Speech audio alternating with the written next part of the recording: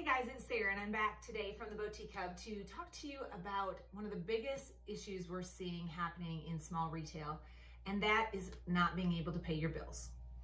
Let's just be very upfront and open and honest about this. Cash flow problems are extremely common in small businesses. I say common because we all have faced it at one time or the other. So if you're watching this video and you're like, oh my gosh, she's talking to me, I've been there. I, as a retailer, have been there during that cash flow crisis where I'm not sure I'm gonna make payroll at the end of the month. And if I'm nothing with you, I'm very open and honest about retail and struggles that happen. And today is absolutely no different than when I had my store. But here are a few places that I always had success when it came to trying to figure out how to make payroll and find the cash tied up in my business without just hammering at my sales associates to sell them. They have got to sell more. Guys, there are three things I'd like you to look at today. One, who owes you money? Are there vendors that owe you product? Are there customers that have purchased things but not paid for them?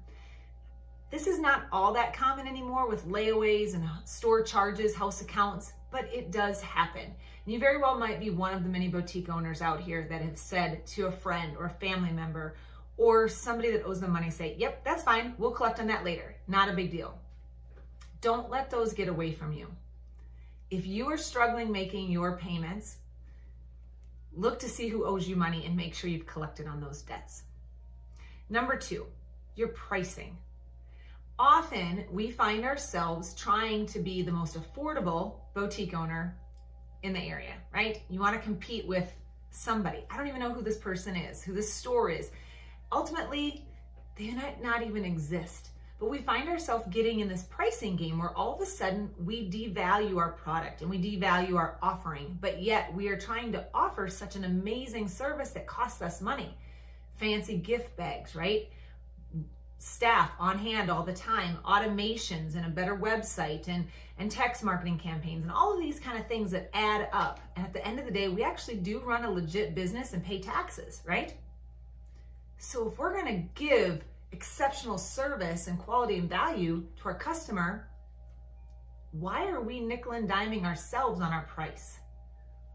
We're offering an elite service, we should charge that, right?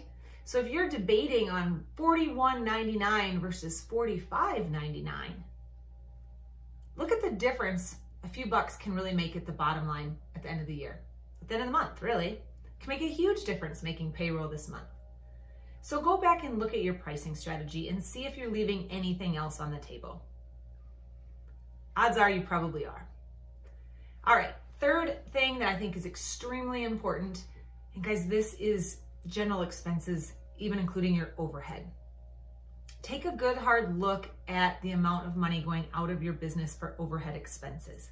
Take a good hard look at money going out of your business for services and fees. Analyze your credit card statement. Please be reconciling that monthly, because I've worked with a lot of boutique owners that don't reconcile that monthly, and then eventually they do, and they think, well, I've been paying for this service every month for the last year and I don't even know what it is.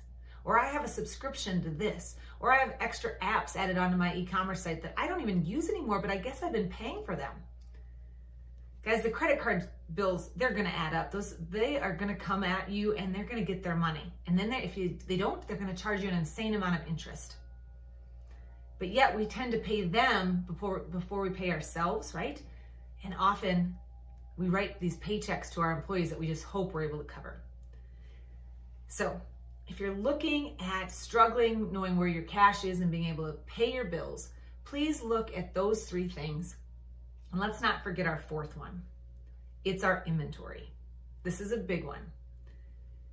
It's great for us to say our sales are up, but if we have overextended ourselves on the amount of inventory that we're offering, and we have a lot of payables out there that we owe our vendors because we brought in so much inventory, it's not okay just to look at our sales and think we've won something because our sales are up.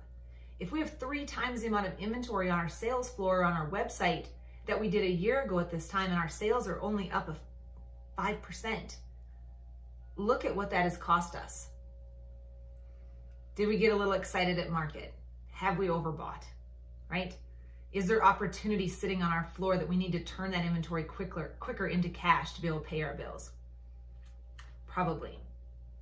That all comes back down to us as coaches to understand how to best do that, how to communicate that with our sales staff, how to excite our customers, right? But before we make our number 4, our number 1, that we've got to sell more, we've got to move more inventory. Let's go back and look at those first 3 things to find our cash, because those are the things that are easily missed and they can really add up over time. So again, collections, your pricing strategy, and your overhead expenses. All right, guys, go find that cash. It's there. It's there. And if you have racks in the basement that you don't use that are just sitting there, sell them. If you have props or furniture fixtures that are just taking up space and you don't need them, get rid of it. Be aggressive in your business. Whatever you do, don't make an employee wait for their paycheck. That's the worst thing you could ever do. That takes all the confidence that they have for you as a business owner away. All right, guys, go find that cash and we'll see you the next time.